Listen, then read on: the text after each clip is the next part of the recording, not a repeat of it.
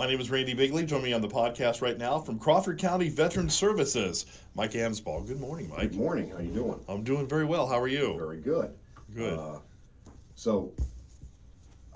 Yeah, it's good to be back. Well, good. I'm glad. It's always good to have you back because we learn a lot. Because I know there's a lot of questions out there, isn't there? Yes, and there's a lot of disinformation. So, and it's not malicious. It's just people have heard, or you always hear that somebody told me this, or somebody. Yeah, my neighbor.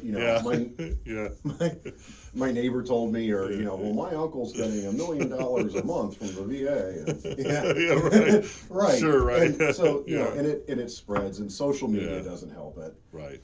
Really, you mean it's not always true on social media? Oh yeah, no, like I've never heard anybody allowing YouTube to be cited in a doctoral dissertation. Right, sure, or Facebook or something. Right, yeah.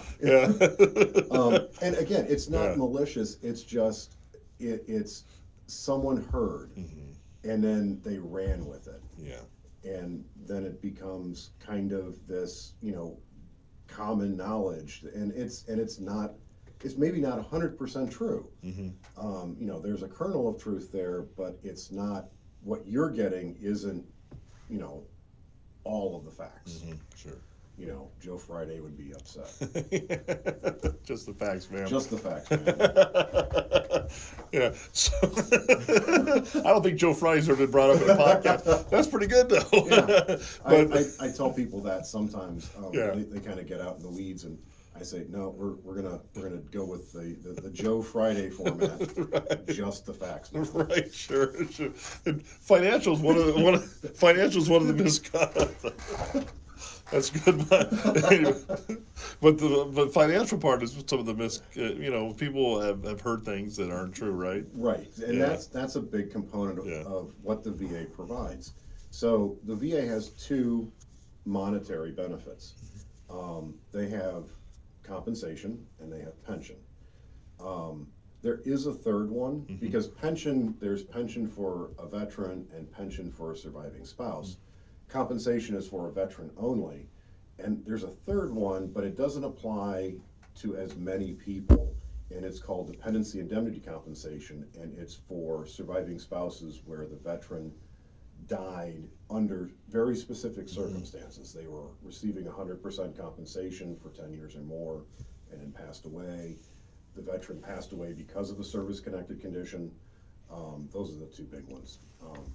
But the biggest misconception is pension, because I have people all day long that will come in to the office and they have been told from various sources that well, you need to go file for aid and attendance.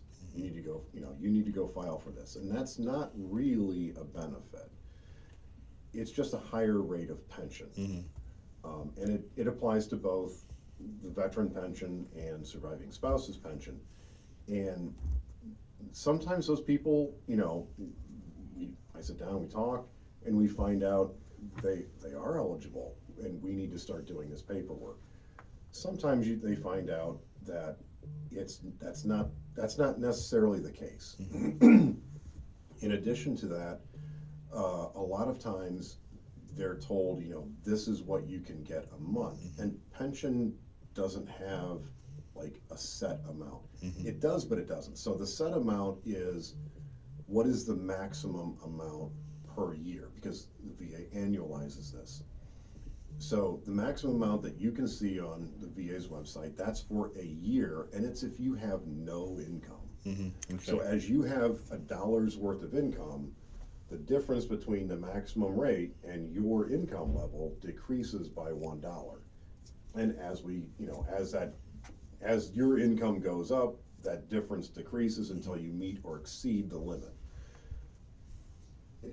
Simply, housebound aid and attendance, that just moves the VA's annual limit up, so that there's a bigger difference between no income and their limit. Right.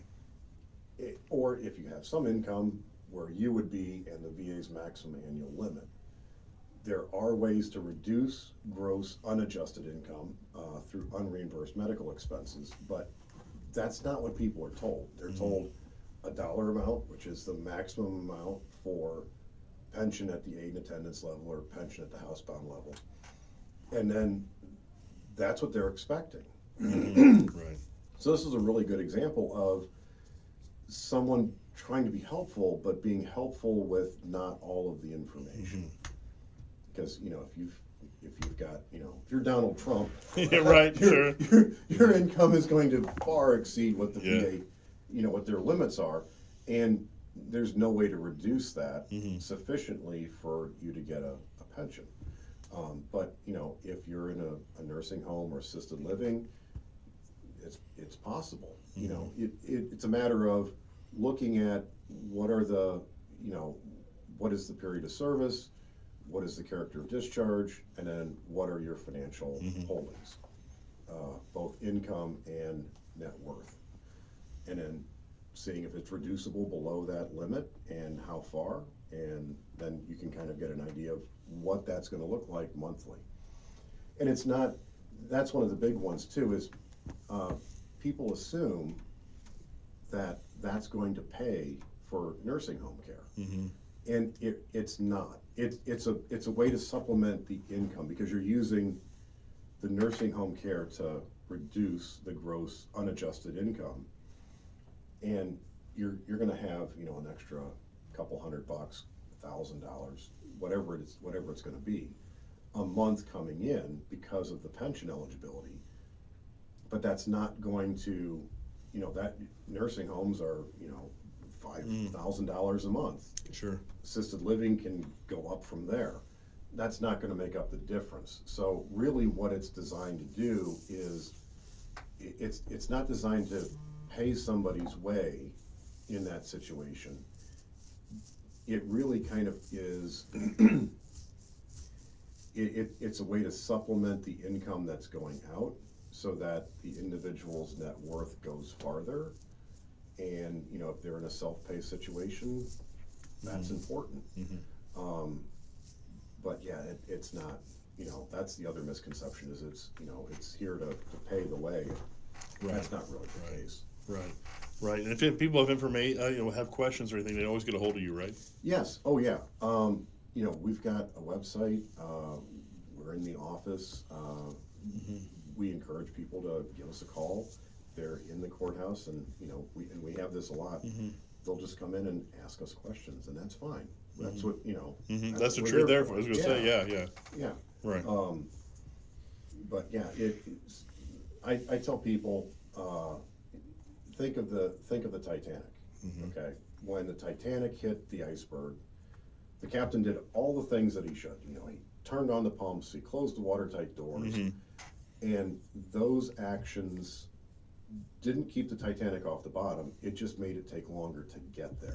Sure. Pension isn't going to keep an individual in a nursing home or assisted living from getting to zero. It's just going to make it take longer to get there. Eventually it's going to get there.